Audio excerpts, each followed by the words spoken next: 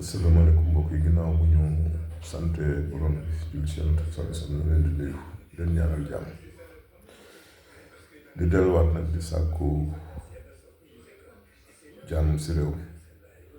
di ko ñaan fu ñu toll di ko dunde ñu ngi gërëm ñëpp di ñaanal ñëpp sàkku mbees bi di ñaan yàlla dolli ñu wér dolli ñu jàmm dolli ñu naataal dolli xéwal dolli dal si réew mi di wax nit ñi ñuy jéggale tey jëllale ndax réew mi jàmm fi xaj maa ngi ñaan yàlla yokk xéwal yi tamit wér jàmm daal ak dal ñaan nañ ko ci 2025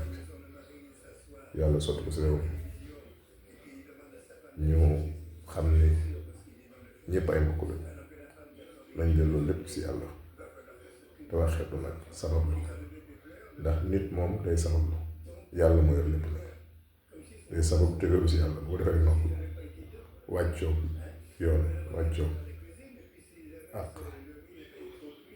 wàccoo lépp loo xamante ni day yokk nit kon yàlla na yàlla wéral si darajaam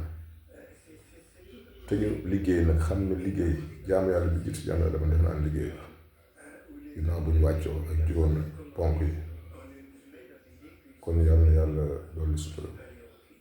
dolli xewal dolli dal tey nag di 1er janvier 2025 di bis bu am solo ñu war si soppi jikko yi war si jëlaat un nouveau départ ñu ngi ñaan bu kenn découragé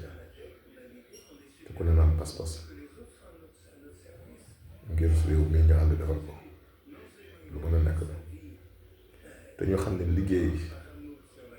rekk wóor di wax nit ñi nag ñu leen tey moom 1er janvier dama doon noppalu sax mais maa ngi liggéey comme feet yi dafa jeex suba te ñu bëri war a delluwaat fi ñu jëm daa ñu fexe ba au moins ñi am chance gis ñu mën a faju soog a dem kon wax naa xale yi sax leen ku woote rek nañ ko joxaande mu ñëw tey moom naa jëm a jël au maximum pour que lay nit ñi amaat yoon delluwaat si àll bi ñu bëgg a faju mën a faju kon mën ngeen a woote si 77 318 17 50 kàttanu yàlla